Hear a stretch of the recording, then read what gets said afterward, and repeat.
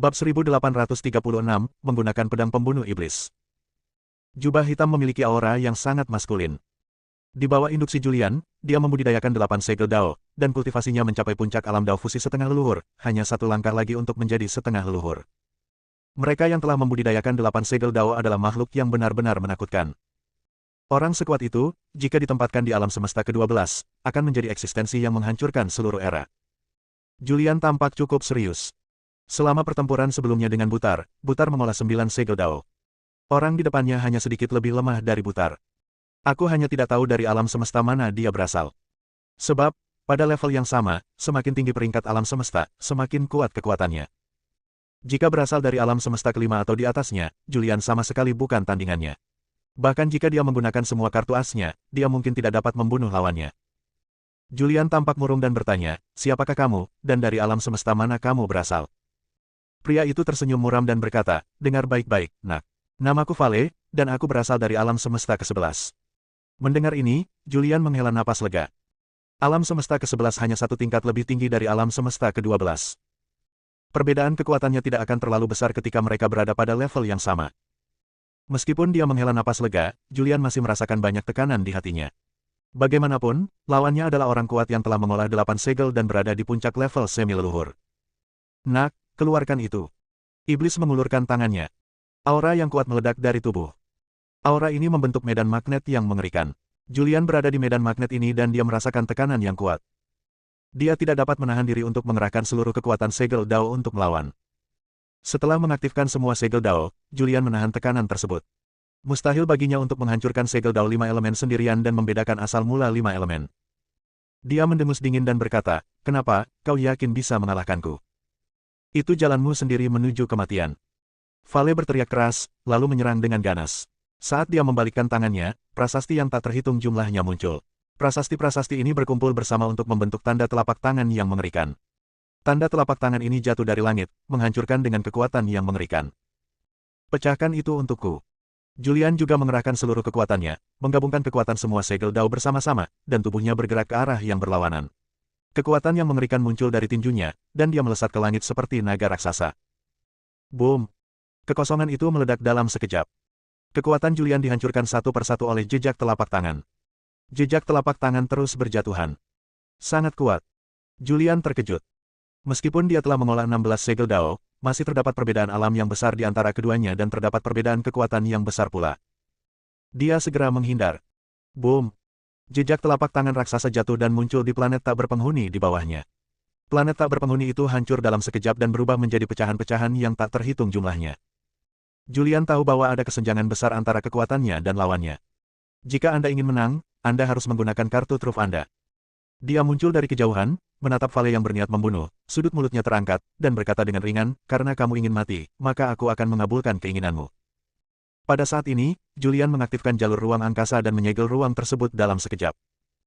Dia juga khawatir Vale bisa menghancurkan segel kehampaan dalam sekejap, jadi dia segera menggunakan teknik kutukan, dan kekuatan kutukan itu sekali lagi memperkuat segel di ruang tersebut. Pada saat ini, pedang hitam muncul di tangannya. Bila pedang ini sedikit melengkung. Terdapat tulisan magis pada pedang itu. Ini adalah pedang pembunuh iblis. Pedang ini adalah harta karun kekacauan yang sesungguhnya. Pedang ini diberikan oleh Sarah. Dengan pedang pembunuh iblis di tangannya, Julian merasakan kekuatan pedang pembunuh iblis. Sambil memegang pedang, dia merasa yakin akan ketangguhannya. Sambil memegang pedang pembunuh iblis, dia segera menyerbu ke arah Vale. Iblis telah disegel. Namun, sesaat kemudian, dia merusak segelnya. Pada saat segel itu rusak, Julian muncul di depan Vale dengan pedang pembunuh iblis di tangannya, dan dia langsung menggunakan ilmu pedang tertinggi. Tampaknya seperti jurus biasa, tetapi jurus ini mengandung 5 ranah pedang yang lengkap.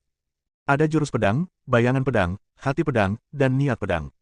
5 ranah pedang digabungkan menjadi satu, dan dengan level harta karun tertinggi pedang pembunuh iblis dari kekacauan, jurus ini meledak dengan kekuatan untuk menghancurkan dunia. Sebelum Vale bisa bereaksi, pedang pembunuh iblis telah menebasnya. Dia merasakan niat pedang yang mengerikan, dan di bawah kekuatan penghancur niat pedang ini, tubuhnya mulai hancur. Pada saat hancur, pedang pembunuh iblis mengenai tubuhnya. Pada saat ini, kekuatan Chaos Tracer terwujud dan langsung menghancurkan Vale. Dia bahkan tidak punya waktu untuk bereaksi sebelum dia benar-benar musnah. Kekuatan harta karun kekacauan sungguh mengerikan. Setengah leluhur dari segel jalan 8 terbunuh begitu saja. Secara rahasia, banyak pria kuat melihat pemandangan ini dan tidak bisa menahan diri untuk tidak terkesiap. Anak ini terlalu kejam. Dengan Chaos Tracer di tangan, aku bukan tandingannya. Lupakan saja. Orang-orang kuat yang berencana menyerang Julian menyerah. Meskipun harta karun kekacauan itu mengerikan, Anda tetap membutuhkan nyawa untuk mendapatkannya. Di luar alam semesta, banyak dewa leluhur alam semesta berkumpul di sini. Nenek moyang kosmik ini mengamati setiap gerakan alam semesta baru. Pada saat ini, seorang wanita cantik dengan sosok yang anggun melirik pria di sebelahnya dan bertanya, kapan kamu menerima murid seperti itu? Pria ini adalah Yamatama, leluhur alam semesta ke-9. Dia juga orang yang telah mengolah kekuatan berbagai alam semesta melalui ilmu pedang. Orang yang berbicara adalah istrinya Yunan, yang juga merupakan leluhur alam semesta ke-10. Tama menyentuh hidungnya dan berkata sambil tersenyum, aku sama sekali tidak menerima anak ini sebagai muridku. Dia seharusnya mempelajari ilmu pedang dari seorang manusia yang mengajarinya ilmu pedang di alam semesta ke-12 sebelumnya. Yunan mengangguk dan berkata, dia adalah orang yang berbakat dengan potensi besar. Dia telah memahami ilmu pedang tingkat ke-5 secara ekstrim. Dengan potensinya, dia mungkin dapat memahami ilmu pedang tingkat ke-6. Tama berkata, mari kita tunggu dan lihat. Jika dia benar-benar berbakat, aku akan membawanya ke alam semesta ke-9 setelah acara itu. Aku akan membimbingnya secara pribadi. Namun, pedang di tangannya adalah pedang jahat yang mengandung kekuatan gelap yang sangat mengerikan. Ini seharusnya menjadi pedang seorang raja yang kuat di dunia gelap. Ekspresi Yunan juga menjadi serius, dan dia berkata, fakta bahwa dia dapat mengendalikan harta karun kekacauan dari dunia gelap menunjukkan bahwa dia telah mempraktikkan jalan kegelapan. Ini sungguh ajaib, makhluk dari dunia terang mempraktikkan jalan kegelapan. Julian tidak tahu bahwa setiap gerakannya diawasi. Namun dia tidak peduli. Karena, mereka yang diam-diam mengawasi adalah penguasa alam semesta yang maha kuasa, dewa leluhur alam semesta. Dia tidak percaya bahwa dewa leluhur alam semesta akan menyerangnya demi harta karun kekacauan di tangannya. Setelah membunuh seorang pria yang sangat kuat, dia menahan auranya dan menyimpan pedang pembunuh iblis. Kemudian, menyembunyikan nafasnya. Dia menggunakan metode luar angkasa, dan tubuhnya berkelebat dan menghilang di alam semesta yang luas. Ketika dia muncul lagi, dia sudah berada di sisi lain alam semesta. Di suatu tempat di alam semesta, Julian muncul di kehampaan yang luas, dan pada saat dia muncul, sebuah planet tengah lahir di kehampaan tersebut. Di bawah tatapannya, sinar-sinar yang tak terhitung jumlahnya di langit berbintang berkumpul bersama, dan sinar-sinar ini berubah menjadi materi. Materi-materi ini bergabung bersama dan secara bertahap membentuk sebuah planet. Melihat pemandangan ini, Julian tampaknya memahami sesuatu. Bab 1837, Hakikat Tao. Julian muncul di kedalaman alam semesta yang luas ini dan melihat kelahiran sebuah planet. Pada saat ini, ia memasuki keadaan bebas. Di bawah pelantikannya, segalanya menjadi teratur. Dia mendesak waktu. Di bawah kendali saluran waktu, waktu di area ini dengan cepat bergerak mundur, dan dalam sekejap kembali ke waktu sebelum planet ini lahir. Pada saat ini, sepotong tanda Tao muncul di hadapannya. Pecahan tanda Tao ini dengan gila-gilaan menyerap Tao yang terkandung dalam langit berbintang di sekelilingnya. Setelah menyerap Tao ini, fragmen ini mulai menjadi rumit dan misterius. Ketika semakin banyak Tao yang diserap, pecahan-pecahan itu berubah menjadi kata-kata, dan kata-kata itu menjadi mendalam dan misterius. Akhirnya menjadi suatu rangkaian prasasti yang lengkap. Prasasti-prasasti ini sangat bervariasi, dengan perubahan magis yang terjadi setiap menit dan setiap detik. Julian menyaksikan lahirnya dunia baru. Kemudian, di bawah induksi alam Tao bebas, ia melihat seluruh proses dari pecahan tanda yang berevolusi menjadi beberapa aturan dan perintah yang lengkap. Apakah ini yang pernah dikatakan Dunyi, satu melahirkan dua, dua melahirkan tiga, tiga melahirkan semua hal melahirkan Tao, dan akhir dari Tao adalah ketiadaan. Julian bergumam pelan. Pada saat itu, dia tampak telah menyentuh sesuatu. Namun, ia mencoba memahami hal ini, tetapi ia tidak dapat melakukannya. Dia hanya berdiri di depan planet itu. Di bawah pelantikannya, gunung dan sungai, bumi, dan bahkan beberapa makhluk hidup muncul di planet yang baru lahir ini. Pada awalnya, makhluk yang muncul sangat lemah dan hampir tidak memiliki kultivasi. Namun, dengan lahirnya dunia, beberapa pendeta kuat muncul di planet ini. Di antara mereka ada makhluk setingkat dewa leluhur. Sungguh menakjubkan. Julian tidak dapat menahan diri untuk berseru. Dari tidak ada menjadi ada. Dari tidak ada menjadi ada. Segala sesuatunya dilakukan dengan sempurna. Pada saat ini, Julian merasakan bahwa ini adalah hakikat Tao. Inilah kebenaran keberadaan dunia ini. Akan tetapi, ia merasa persoalan itu tidak sesederhana itu, melainkan terlalu mendalam untuk ia perhatikan saat ini. Akhir dari Tao adalah ketiadaan. Julian bergumam pelan. Pada saat ini, ia seolah melihat ujung planet ini. Dia tampaknya melihat bahwa setelah bertahun-tahun yang tak berujung, planet itu benar-benar runtuh dan berubah menjadi Taoisme dan kembali ke alam semesta. Dan makhluk-makhluk di dunia ini, setelah mengalami perjuangan pahit dan setelah Dewa Kematian mengambil nyawa mereka, akhirnya berubah menjadi Tao dan akhirnya menghilang. Hosh! Setelah waktu yang lama, Julian menarik napas dalam-dalam. Dia bereaksi dari keadaan misterius ini. Dia memandang planet di depannya. Planet sebelum kita telah terbentuk, tetapi belum ada kehidupan yang muncul di sana. Dengan kata lain, apa yang baru saja ia lihat dan rasakan semuanya ditafsirkan berdasarkan kelahirannya di dunia ini. Hal ini disimpulkan dari perubahan Tao di dunia ini. Dengan kata lain, pada saat planet ini lahir, Julian menafsirkan akhir dari planet ini melalui Tao planet ini. Ia menafsirkan kelahiran makhluk hidup di planet ini, dan ia bahkan menafsirkan siklus kehidupan makhluk hidup di dunia ini. Tidak peduli apapun yang Anda alami, itu pada akhirnya akan menjadi Tao dan kembali ke ketiadaan. Pada saat ini, Julian merasa bingung tentang masa depan. Benarkah setelah semua yang telah dilaluinya, semuanya akan berakhir sia-sia? Julian mendesah pelan. Dia tidak memikirkannya lagi dan memutuskan untuk berbalik dan pergi. Saat dia berbalik, dia terkejut karena mendapati bahwa kondisi pikirannya telah membaik tanpa disadari, dan tingkatan kekuatannya telah meningkat dari tingkatan Kaisar Agung 9 surga ke alam setengah leluhur transparan. Apa itu Tongming? Julian sedang linglung. Untuk mencapai pencerahan agung, untuk memahami hakikat dunia ini, hakikat Tao, apakah ini pencerahan? Julian bergumam pelan. Keadaan jernih dan tercerahkan adalah keadaan pikiran. Ini adalah dunia ajaib. Secara teori, setiap makhluk hidup memiliki pemahaman dan pengertian yang berbeda tentang keadaan pencerahan. Julian mencoba merasakan tubuhnya. Sejak kondisi pikirannya membaik, kekuatan semua segel Dao di tubuhnya telah mengalami perubahan kualitatif, dan kekuatan segel Dao telah meningkat secara eksponensial. Aktifkan saja segel Dao mana saja. Kekuatan dahsyat muncul dari segel Dao. Kekuatan ini memenuhi seluruh tubuhnya, dan keyakinan akan ketangguhan muncul di hatinya. Sangat kuat. Julian mengepalkan tangannya, merasakan kekuatan di dalamnya, dengan keyakinan di wajahnya. Dia tidak menyangka akan membuat terobosan seperti ini. Dia dengan mudah menerobos ke alam semi leluhur. Kekuatannya sekarang jauh lebih kuat dari sebelumnya. Sebelumnya, ia harus menggunakan segel Dao asal 5 elemen untuk membentuk Rowlet 5 elemen sebelum ia nyaris tak mampu menahan serangan butar. Kini, bukan hal yang sulit baginya untuk menahan serangan butar. Sebelumnya dia berada di alam Kaisar Agung 9 surga, namun sekarang dia berada di alam setengah leluhur. Meskipun dia hanya berada di level pertama semi-ancestor, dia berada di level yang sama dengan orang-orang berbakat dan berkuasa di alam semesta baru. Sekarang, dia memiliki kekuatan untuk bersaing dengan orang kuat puncak semi-leluhur lainnya. Haha, lumayan. Julian tertawa terbahak-bahak. Tempat ini ditakdirkan untukku. Dia memandang planet di depannya. Seketika, ia melangkah maju dengan lebar, tubuhnya pun menghilang di angkasa berbintang, dan di saat berikutnya ia muncul di planet ini. Planet ini tidak dianggap dunia super karena tidak memiliki 3 dimensi. Tapi, planet ini juga sangat besar. Julian melepaskan kesadaran spiritualnya dan melihat seluruh dunia. Tak lama kemudian, ia menemukan sebuah gunung yang indah dengan lingkungan yang baik. Ia muncul di gunung ini, datang ke Gunung Suci, dan muncul di puncak gunung. Lambaikan dengan santai.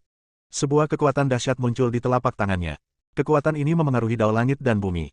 Beberapa kata yang sensitif dengan cepat berkumpul bersama untuk membentuk formasi perlindungan gunung yang kuat. Segera setelah itu, pikiran Julian bergerak, dan beberapa pecahan tanda muncul. Pecahan tanda ini berubah. Saat pecahan tanda berubah, beberapa bangunan muncul di gunung suci ini. Inilah yang telah disadari Julian sebelumnya. Dari pecahan jejak sampai penafsiran suatu dunia. Meski Julian belum mampu menafsirkan dunia, ia tidak memiliki masalah dalam menciptakan beberapa bangunan dari udara. Dia bahkan dapat menciptakan kehidupan yang sederhana. Julian menatap bangunan yang telah ia ciptakan dengan ekspresi puas di wajahnya, lalu bergumam, jika aku terus berlatih sesuai pemahamanku saat ini, cepat atau lambat, aku akan mampu menciptakan sebuah dunia, bahkan alam semesta. Menciptakan alam semesta, jika ini diceritakan kepada orang lain, bahkan dewa leluhur alam semesta akan terkejut. Namun, Julian sudah berjalan di jalan ini. Tanpa berpikir terlalu banyak, ia pun masuk ke dalam bangunan, duduk bersila di aula istana, dan melanjutkan retretnya. Kali ini, ia berencana untuk memahami dan mengolah alam kebebasan. Dia memasuki alam kebebasan, dan auranya menjadi aneh. Setelah memasuki wilayah kebebasan, ia menemukan bahwa wilayah kebebasannya sendiri juga telah diterobos. Ia mencapai tahap kedua dari alam kebebasan seperti yang dijelaskan oleh Long Linyuan. Pada tahap pertama, hanya aura yang berubah, dan aura akan membentuk medan magnet, tetapi kekuatannya sendiri tidak akan banyak meningkat. Fase kedua berbeda. Setelah memasuki tahap kedua dari keadaan bebas Taoisme, medan magnet akan menjadi sangat kuat. Di medan magnet, Anda dapat menghancurkan musuh dengan napas Anda, dan semangat, kepekaan, ketajaman, kebugaran fisik Anda sendiri, dan lainnya akan meningkat. Bab 1838, Daftar Naga Melompat. Julian sebelumnya tidak menyadari bahwa dia telah memasuki alam kebebasan. Sekarang setelah dia memasuki alam kebebasan lagi, dia menemukan bahwa pemahamannya tentang alam kebebasan telah membaik lagi. Setelah peningkatan tersebut, kebugaran fisiknya juga meningkat. Satu-satunya hal yang tidak membaik adalah kekuatan segel Dao miliknya sendiri. Itu seharusnya menjadi terobosan ketika saya menyaksikan pembentukan planet. Julian bergumam pelan. Pada saat yang sama, dia juga bingung. Sebelumnya, saat aku tiba-tiba mendapat pencerahan, kondisi pikiranku telah menerobos, yang menyebabkan peningkatan kekuatan segel Dao. Tetapi mengapa setelah menerobos alam Dao, hanya kebugaran fisiknya saja yang meningkat, tetapi kekuatan segel Dao dalam tubuh tidak meningkat? Dalam pemahamannya, keadaan bebas mesti menjadi cabang dari kultivasi. Namun, di alam semesta ke-12, alam kebebasan hanya dapat dikultivasikan hingga tahap ketiga.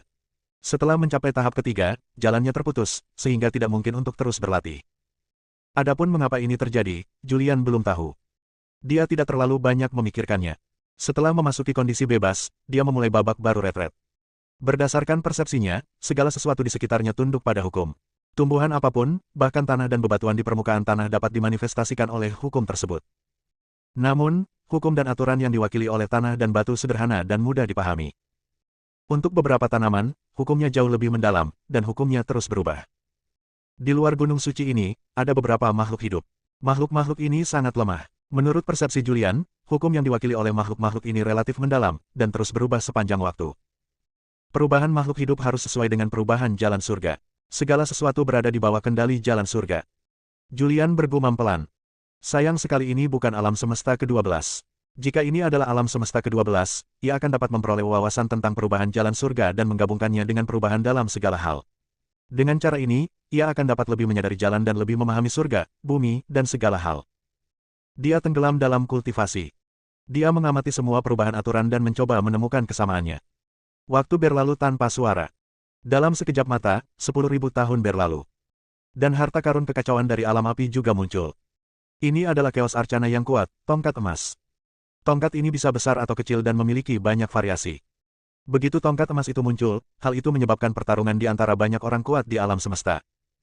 Semua orang kuat yang sebelumnya tidak mengambil tindakan pada saat ini. Di alam api, pertempuran sengit terjadi. Orang-orang kuat dari berbagai alam semesta menunjukkan kekuatan magis mereka dan menunjukkan kekuatan yang sangat mengerikan. Pertarungan memperebutkan harta karun itu berlangsung selama 3.000 tahun, menyebabkan alam api runtuh dan bumi hancur. Jika alam api tidak dilindungi oleh jalan surga, alam api akan hancur berkali-kali. Selama 3.000 tahun perjuangan, banyak orang kuat memperoleh ketenaran besar. Dewa leluhur alam semesta, yang mengawasi dari luar alam semesta, juga membuat daftar baru berdasarkan kinerja banyak orang kuat. Daftar ini disebut daftar naga melompat.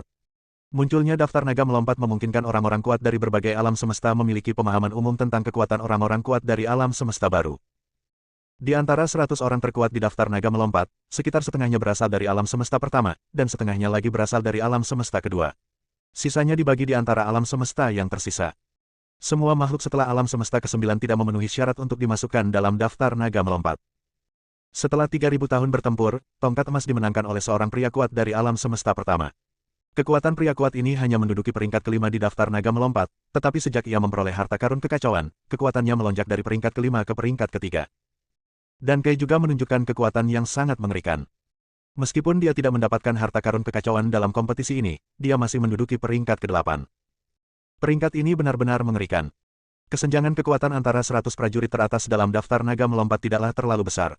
Mereka semua mengandalkan harta karun mereka sendiri dan kekuatan magis yang telah mereka pelajari. Dalam pertarungan hidup dan mati yang sesungguhnya, 100 prajurit teratas tidak dapat melakukan apapun terhadap satu sama lain, dan sangat sulit untuk menentukan pemenangnya. Dunia luar benar-benar kacau. Para jenius dari berbagai jagat terus bersaing untuk meraih supremasi, menampilkan kisah-kisah heroik yang luar biasa dan menggetarkan jiwa. Julian, di sisi lain, mendirikan formasi waktu di Gunung Suci di dunia lain, dan berlatih serta mencapai pencerahan dalam formasi waktu tersebut. Dalam sekejap mata, 100.000 tahun telah berlalu sejak harta karun kekacauan pertama. Selama 100.000 tahun ini, tidak ada lagi harta karun kekacauan yang muncul di dunia baru. Namun, banyak sekali obat-obatan kosmik ajaib dan bahkan beberapa material tingkat kosmik muncul. Hal ini juga menyebabkan banyaknya persaingan di antara orang-orang berkuasa. 10.000 tahun berlalu di dunia luar, dan Julian menghabiskan waktu lama dalam formasi. Selama 100.000 tahun ini, banyak makhluk primitif lahir di dunia tempat Julian tinggal, dan makhluk primitif ini juga mendirikan sekte mereka sendiri. Guru, apa sebenarnya gunung di depan sana? Mengapa itu tempat terlarang bagi sekte kita? Gunung suci dengan banyak bangunan di puncaknya. Di depan gedung itu berdiri seorang lelaki tua dan seorang lelaki muda. Lelaki tua itu tampak berusia 70-an atau 80-an, mengenakan jubah ungu dan berjanggut di wajahnya. Ketika mendengar kata-kata gadis muda di sampingnya, dia tak dapat menahan diri untuk tidak melihat ke arah gunung suci di kejauhan. Ekspresi lelaki tua itu menjadi serius, dan dia berkata, "Aku juga tidak tahu. Gunung suci itu sudah ada sejak leluhur kita mendirikan sekte lagi. Ada formasi yang kuat di sana. Bahkan leluhur itu takut padanya, jadi dia menjadikannya area terlarang dan melarang murid-muridnya untuk masuk." Gadis muda itu memandang gunung suci di kejauhan, dengan keraguan di matanya yang jernih. Wush! Pada saat ini, puncak gunung suci ini tiba-tiba retak terbuka, dan saat puncaknya retak, cahaya putih yang menyilaukan menyambar ke langit.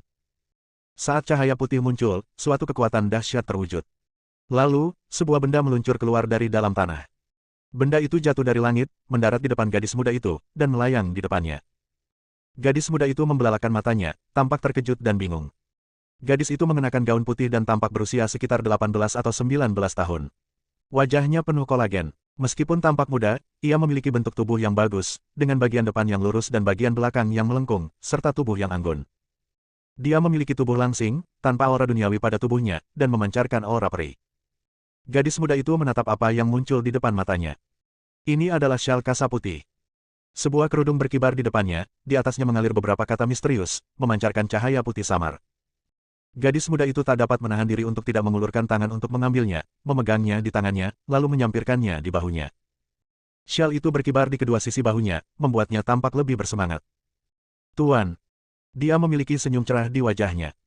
Lelaki tua di sampingnya memiliki ekspresi serius di wajahnya, lalu dia mendesah pelan, "Aku benar-benar tidak menyangka bahwa harta karun kekacauan akan lahir di sekte kita. Harta karun kekacauan memiliki roh dan memilihmu saat lahir. Namun, ini adalah bencana bagimu." Orang tua itu pun sangat sakti, telah mencapai alam semi leluhur. Dia tahu situasi dunia saat ini. Dia tahu bahwa ada banyak alien di alam semesta, dan tujuan alien datang ke alam semesta ini adalah untuk menemukan harta karun kekacauan yang kuat. Harta karun kekacauan lahir di sini. Aku khawatir tidak lama lagi tempat ini akan berubah menjadi sungai darah. Bab 1839, Bencana-Bencana. Nama belakang gadis itu adalah Hall dan namanya adalah Esther. Tingkat kultivasi Esther tidak terlalu tinggi, dia baru saja memasuki alam dewa. Namun, dia masih tahu sesuatu tentang alam semesta. Dia menatap lelaki tua di depannya dengan penuh semangat dan bertanya, "Guru, apa yang harus kita lakukan?" Orang tua itu memandang syal yang mengambang di bahu Esther. Dia adalah pria kuat setingkat leluhur, dan dia dapat merasakan kekuatan magis dari syal tersebut. Dia tahu bahwa ini adalah harta karun kekacauan yang lahir dari langit dan bumi. Harta karun kekacauan sudah cukup untuk membuat sektenya bertahan selama ribuan tahun. "Ayo pergi menemui Grandmaster." Orang tua itu berbicara, lalu membawa Esther pergi. Dan di gunung suci yang jauh, Julian juga terbangun dari pelatihannya. Karena mengira bahwa dia merasakan kekuatan magis, dia melihat ke kejauhan dan bergumam pelan, "Aku tidak pernah menyangka bahwa harta karun kekacauan akan lahir di sini. Harta karun kekacauan ini tampaknya telah lahir khusus untuk gadis ini. Syal ini terlihat sangat cocok untuknya." Julian melihat ke kejauhan. Harta karun kekacauan keluar, tetapi dia tidak mencoba merebutnya. Karena dia dapat melihat bahwa harta karun kekacauan ini ditakdirkan untuk bersama gadis itu. Dia tidak memikirkannya lagi. Dia merasakan wilayahnya sendiri. Selama masa pencerahan ini, taraf mentalnya meningkat lagi, dan sebelum ia menyadarinya, ia telah mencapai alam semi leluhur tingkat kedua, alam dewa. Alam kedua dari semi leluhur, alam pencerahan spiritual, sangatlah ajaib. Ketika kondisi pikiran mencapai level ini, kombinasi segel dao dan kondisi pikiran seseorang dapat melahirkan teknik rahasia magis yang luar biasa. Sejak zaman kuno, hampir semua teknik rahasia yang kuat telah terbentuk pada tahap ini. Julian menutup matanya. Di dalam tubuh, kekuatan 16 segel dao muncul pada saat ini. Kekuatan ke-16 segel dao ini awalnya tidak memiliki hubungan atau asosiasi, tetapi pada saat ini mereka memiliki sedikit hubungan. Dalam keadaan tak sadarkan diri, aura Julian tiba-tiba melonjak. Langit berbintang yang luas muncul di pupil matanya. Pada saat ini, langit berbintang ini mulai hancur di bawah kekuatan 16 segel dao. Kehancuran besar. Julian bergumam pelan. Kekuatan yang diciptakan oleh 16 segel tersebut membentuk kekuatan magis baru, yaitu kehancuran besar. Belum lagi dunia, setengah alam semesta pun bisa hancur total dan berubah menjadi ketiadaan jika kehancuran besar itu dilepaskan. Pikiran Julian tergerak. 108 tablet langit tak berujung muncul dan melayang di depannya. Selama masa retret ini, selain memperoleh pencerahan dan merasakan kondisi batinnya, ia juga memahami monumen surgawi yang tak berujung. Terdapat prasasti ajaib yang tercatat di setiap monumen langit tak berujung. Prasasti-prasasti ini sangat misterius dan mendalam. Julian belum pernah mencoba memahaminya sebelumnya. Satu-satunya pemahaman yang dimilikinya diajarkan oleh Zuzu. Zuzu awalnya memahami prasasti di Monumen Langit Tak Berujung dan membentuk formasi. Julian dapat dengan cepat memahami bahasa apapun di dunia. Selama periode ini, dia benar-benar memahami kata-kata di Monumen Langit Tak Berujung, dan sekarang dia bisa melepaskan kekuatan Monumen Langit Tak Berujung sepenuhnya. Dengan pikirannya, 108 monumen langit tak berujung yang melayang di sekujur tubuhnya mulai hancur, satu persatu, lalu bergabung membentuk sebuah menara. Menara ini memiliki 9 lantai dan tubuhnya berwarna hitam. Menara ini memancarkan aura misterius dan membawa kekuatan yang mengerikan. Ini adalah monumen surgawi yang tak berujung. Julian bergumam pelan. Setelah memahami prasasti tak berujung, ia dapat menguraikan monumen langit tak berujung dan menyusunnya kembali untuk membentuk menara tak berujung ini. Di dalam menara tak berujung terdapat ruang ajaib yang mengandung kekuatan mengerikan. Makhluk hidup apapun yang terperangkap di dalamnya tidak akan mampu menembus menara tak berujung. Segera setelah itu, pikiran Julian bergerak lagi. Menara tak berujung itu pecah dan berubah menjadi puing-puing, yang kemudian bergabung bersama untuk membentuk 108 monumen langit tak berujung. Monumen langit tak berujung terbang cepat dan mengelilingi Julian, membentuk formasi yang kuat. Bentuk formasinya adalah menara. Julian ada di menara. Baik dalam menyerang maupun bertahan, akulah yang terbaik di dunia. Dengan monumen surga tak berujung di tangan, hanya ada sedikit orang di alam semesta baru yang dapat mengalahkanku. Julian memiliki keyakinan penuh atas kemampuannya sendiri. Tepatnya, dia memiliki keyakinan penuh terhadap harta karun kekacauan di tangannya. Apalagi bentuk monumen langit tak berujung belum menjadi menara tak berujung. Juga, monumen tak berujung. Pikirannya bergerak lagi, dan lempengan langit tak berujung di sekeliling tubuhnya tersebar dan berkumpul di kejauhan. 108 lempengan langit berkumpul bersama untuk membentuk lempengan langit hitam yang besar. Monumen surgawi membawa serta kekuatan tak terbatas, dan tampaknya bahkan dapat menghancurkan alam semesta. Sungguh harta karun kekacauan yang luar biasa. Julian memandang monumen tak berujung di kejauhan dengan ekspresi gembira di wajahnya. Seketika itu juga monumen langit tak berujung direbut kembali. Setelah sekian lama menyendiri, saatnya keluar dan jalan-jalan. Julian berdiri dan meregangkan otot-ototnya. Sekarang dia sudah berada di tahap kedua alam dao bebas, dan tahap kedua alam semi leluhur komunikasi ilahi, dan telah menguasai kekuatan magis penghancur yang hebat. Kekuatannya sekarang jauh lebih kuat dari sebelumnya. Tepat saat Julian hendak pergi, tiba-tiba dia menemukan bahwa banyak makhluk telah berdatangan ke dunia ini. Para makhluk perkasa itu pun langsung berlari menuju ke arah gunung suci tempat dia berada, dan tak terhitung banyaknya makhluk yang mengelilingi gunung suci itu. Boom! Kekuatan yang mengerikan menyebar, dan gunung suci tempat Julian berada langsung dihancurkan. Namun, gunung sucinya memiliki formasi dan tidak hancur untuk sementara waktu, sementara sekte-sekte di luar hancur, dan banyak sekali nyawa yang terbunuh. Serahkan harta karun kekacauan dan aku akan memberimu kesempatan untuk hidup. Kamu belum memenuhi syarat untuk mengambil harta karun kekacauan. Suara dingin datang dari langit. Di depan aula yang hancur, ada cukup banyak orang yang berdiri di sini. Di antara mereka ada Esther, dengan syal berkibar di bahunya, membuatnya tampak suci dan putih. Guru, leluhur, apa yang harus kita lakukan? Esther benar-benar ketakutan. Esther, harta karun kekacauan ini milikmu. Harta karun ini milik sekte gunung salju kami. Bahkan jika kau mati, kau harus melindungi harta karun kekacauan ini. Cepat pergi ke gunung belakang, masuk ke area terlarang, dan mintalah bantuan para senior di area terlarang. Leluhur sekte gunung salju berbicara dengan keras. Lalu aura mengerikan meledak dari tubuhnya dan tubuhnya bergerak mundur dan terbang menuju langit. Pesawat itu baru saja terbang ke langit ketika ditembak jatuh. Tubuhnya hancur sebelum menyentuh tanah, berubah menjadi abu. Unggul. Banyak orang kuat dari Sekte Gunung Salju segera marah dan terbang ke langit dengan senjata mereka. Sekte Gunung Salju adalah sekte yang kuat di planet ini. Namun, tidak peduli seberapa kuat mereka, bagaimana mereka bisa dibandingkan dengan orang-orang kuat dari berbagai alam semesta. Orang-orang kuat Sekte Gunung Salju ini akan mati satu persatu. Dalam sekejap, Sekte Gunung Salju kehilangan sebagian besar pasukannya. Ketika Esther melihat pemandangan ini, dia berlari menuju gunung belakang tanpa ragu-ragu. Di gunung belakang terdapat Gunung Suci. Tempat ini sudah ada sejak berdirinya Sekte Gunung Salju dan merupakan area terlarang bagi Sekte Gunung Salju. Esther dengan cepat tiba di luar gunung, tetapi dihalangi oleh formasi. Senior, tolong bantu aku, tolong selamatkan Sekte Gunung Salju. Dia berlutut di tanah dan memohon dengan sedih. Di kejauhan, orang-orang kuat dari Sekte Gunung Salju mencoba menghentikan musuh satu demi satu, tetapi mereka dibunuh dengan kejam dan hancur total dalam waktu singkat. Dalam formasi di gunung, Julian berdiri di puncak gunung, menatap banyak orang kuat yang muncul di langit di kejauhan, dengan ekspresi serius di wajahnya. Dengan kekuatannya saat ini, ia memang bisa melawan para jenius dari seluruh jagat raya, tetapi ia bertanya-tanya apakah ia harus ikut campur. Jika ia ikut campur dalam urusan Sekte Gunung Salju, ia akan menjadi musuh bagi banyak jenius dan orang-orang kuat dari jagat raya. Saya datang ke sini lebih dulu, dan mereka datang kemudian. Sebenarnya, mereka seharusnya menjadi murid-murid saya. Julian bergumam pelan. Pada saat ini, dia sudah punya sesuatu dalam pikirannya. Dia mengurus masalah ini. Bab 1840, aku aman. Sekte Gunung Salju telah berkembang selama 100.000 tahun. Di planet ini, sudah pasti ada sebuah sekte kuat dengan puluhan juta pengikut. Akan tetapi, kini seluruh sekte Gunung Salju telah menderita bencana yang dahsyat. Makhluk-makhluk dari semua alam semesta merasakan bahwa harta karun kekacauan telah lahir di sini, dan mereka semua bergegas ke sini dengan cepat.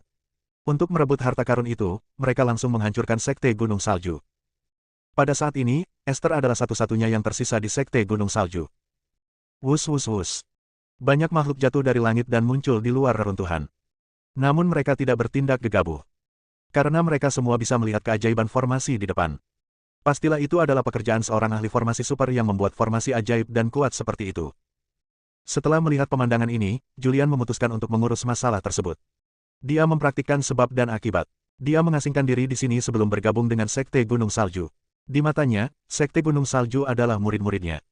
Pada saat ini, formasi itu bubar. Julian, mengenakan jubah putih, berjalan keluar dari formasi. Dia melihat Esther yang berlutut di luar formasi, berjalan mendekat dan membantunya berdiri. Namun, tepat saat dia hendak menyentuh Esther, syal di bahunya memancarkan kekuatan dahsyat, yang mendorongnya mundur. Sungguh kekuatan yang kuat. Julian, yang mundur 100 meter, tidak bisa menahan diri untuk tidak terkesiap. Dan banyak orang kuat di kejauhan langsung tergerak. Ini jelas merupakan harta karun kekacauan yang kuat. Pada saat itu, banyak pria kuat yang tidak sabar untuk mengambil tindakan dan bergegas menghampiri. Rekan-rekan Taois, mengapa ini perlu? Julian berjalan mendekat dengan suaranya yang menggema. Suaranya terdengar seperti semacam hukum, semacam perintah. Begitu dia mengatakan ini, banyak pria kuat yang bergegas mendekat langsung berhenti. Julian, berhentilah mencampuri urusan orang lain. Seorang pria kuat berteriak dengan dingin. Banyak pria kuat juga bergumam dengan bingung, Julian telah menghilang selama 100.000 tahun, bagaimana dia bisa begitu kuat sekarang? Aku tidak tahu seberapa kuat dia sekarang dibandingkan saat dia berada di alam api. Banyak makhluk berkomunikasi dengan suara pelan. Julian datang di depan Esther. Esther segera berdiri di belakang Julian. Julian menatap reruntuhan di depannya, menggelengkan kepalanya sedikit, lalu melambaikan tangannya dengan santai. Sebuah prasasti misterius muncul di telapak tangannya. Prasasti itu berubah, dan dalam sekejap, ribuan perubahan terjadi. Seiring dengan berubahnya prasasti, kekuatan magis pun menyebar, bangunan-bangunan yang hancur di area tersebut mulai pulih, gunung-gunung suci yang hancur mulai pulih, dan bahkan para pengikut Sekte Gunung Salju yang telah meninggal secara tragis di tangan makhluk-makhluk kuat dari berbagai alam semesta secara ajaib dibangkitkan. Ini. Melihat pemandangan ini, semua orang kuat terkejut. Para prajurit dan pengikut Sekte Gunung Salju yang dibangkitkan semuanya bingung dan tidak tahu apa yang sedang terjadi. Haha, Julian, kamu benar-benar mengejutkanku. Terdengar suara tawa, lalu seorang pendeta Tao yang gemuk terbang dan muncul di hadapan Julian, menepuk pundaknya dan memujinya. Cek-cek, lumayan juga, baru 100.000 tahun berlalu, dan kau sudah menjadi begitu kuat. Ngomong-ngomong, dao macam apa yang kau gunakan? Makhluk yang sudah mati tidak bisa dibangkitkan. Ini adalah hukum abadi. Bahkan dewa leluhur alam semesta tidak berani dengan mudah membangkitkan makhluk yang sudah mati karena akan terkontaminasi dengan sebab dan akibat yang besar. Bagaimana kau melakukannya? Julian tersenyum tipis. Semua ini karena ia telah menyadari keadaan kebebasan Tao. Segala sesuatu di dunia tunduk pada hukum, dan perubahan hukum dapat menyimpulkan segalanya. Tidak sulit sama sekali untuk menggunakan aturan khusus untuk membangkitkan orang-orang ini. Mengenai sebab dan akibat. Dia sendiri telah mempraktikkan hukum sebab akibat, jadi bagaimana dia bisa takut terhadapnya.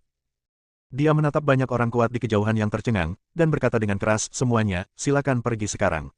Harta karun kekacauan ini sudah memiliki pemilik. Harta karun itu akan diketahui oleh takdir. Wah, kamu tidak punya hak untuk mengambil keputusan akhir. Teriakan dingin terdengar. Segera setelah itu, sebuah sosok terbang cepat. Orang ini langsung muncul di hadapan Julian, mengangkat tangannya dan menamparnya, mengerahkan segenap tenaganya. Julian juga mengangkat tangannya dan menamparnya. Boom! Dua kekuatan terkuat saling bertabrakan, dan kekosongan tiba-tiba meledak. Area yang baru saja dipulihkan hancur lagi, dan beberapa murid Sekte Gunung Salju yang lemah juga terkena dampaknya dan tewas seketika. Esther berdiri di belakang Julian. Dia juga merasakan kekuatan mengerikan menyebar. Meskipun dia memiliki harta karun kekacauan yang melindungi tubuhnya, dia masih terguncang. Tubuh Julian tidak bergerak sama sekali. Lawan pun terpental, dan pada saat bersamaan ia menyemburkan darah. Orang ini tidak lain adalah Butar, yang pernah bertarung dengan Julian di alam api sebelumnya. Butar tampak terkejut.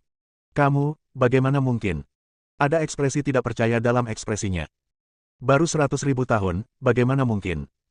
100.000 tahun yang lalu, Julian harus menggunakan segel Dao asal 5 elemen untuk menahan serangannya, tetapi sekarang dia dengan mudah menahan serangannya dan bahkan menyetrumnya sampai muntah darah. Julian melihat sekeliling dan melambaikan tangannya. Hukum prasasti ajaib muncul lagi. Para murid Sekte Gunung Salju yang dihancurkan oleh kekuatan dampak yang mengerikan itu bangkit kembali dalam sekejap. Segera setelah itu, pikiran ia bergerak, dan 108 tablet langit tak berujung muncul. Monumen langit tak berujung tersebar di mana-mana, membentuk suatu formasi yang bentuknya seperti menara. Menara ini mengelilingi seluruh Sekte Gunung Salju. Julian berjalan keluar dari formasi, berdiri di luarnya, dan menatap sejumlah besar pria kuat di kejauhan. Aku akan melindungi tempat ini. Aku juga akan melindungi harta karun kekacauan di tangan gadis ini. Julian membuka mulutnya, suaranya bergema. Anak baik, kamu telah membuat kemajuan besar. Kai tidak dapat menahan diri untuk tidak mendecakkan bibirnya, dan bergumam, butuh waktu 3.000 tahun untuk munculnya harta karun kekacauan terakhir. Mungkin agak sulit bagi anak ini untuk menyimpan harta karun kekacauan ini. Hehe. Pada saat itu terdengar suara tawa. Lalu, seorang pria berjalan keluar dari kehampaan. Wah, aku khawatir kamu tidak punya kemampuan itu. Ekspresi Kai langsung berubah saat melihat orang ini. Dia segera berjalan ke arah Julian dan berbisik, Julian, hati-hati.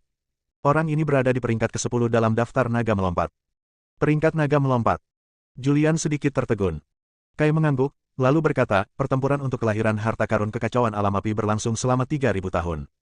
Selama 3.000 tahun ini, para leluhur kosmik di luar alam semesta dan penampilan banyak makhluk hidup merumuskan peringkat kekuatan, yang merupakan peringkat naga melompat. Hush! Julian menarik napas dalam-dalam. Dalam hal ini, daftar naga melompat melambangkan peringkat kekuatan alam semesta baru. Peringkat ke-10, ini benar-benar mengerikan. Julian berbalik dan melihat ke belakangnya. Dalam formasi di belakangnya, banyak mata tertuju padanya, dan ada permohonan di mata mereka. Julian melambaikan tangannya dengan santai, dan sebuah kekuatan dahsyat muncul, langsung membawa semua murid Sekte Gunung Salju ke Istana Abadi, lalu menyingkirkan monumen langit tak berujung. Tindakan Julian segera menimbulkan ketidakpuasan, dan puluhan bayangan menyerbu dan mengelilinginya. Nak, kamu harus mengurus dirimu sendiri. Aku tidak bisa membantumu. Kai segera berlari menjauh dan berkata kepada makhluk-makhluk di sekitarnya, tidak ada hubungannya denganku mengikuti anak ini, kalian bebas melakukan apapun yang kalian mau. Kai dapat melihat bahwa Julian bukan lagi orang yang sama seperti dulu. Ia tidak lagi sebanding dengan orang yang dimilikinya saat ia berada di alam api. Ia ingin melihat seberapa kuat Julian sekarang dan apakah ia telah mencapai level di mana ia dapat bertarung melawan pahlawan lainnya. Julian memandang banyak orang kuat di sekitarnya dan merasakan gelombang semangat kepahlawanan dalam hatinya. Ayo datang! Teriakan yang keras. Segera setelah itu, ke-16 segel di tubuhnya diaktifkan, dan kekuatan ke-16 segel mengalir melalui tubuhnya. Aura di tubuhnya mencapai puncaknya dalam sekejap. Bersambung.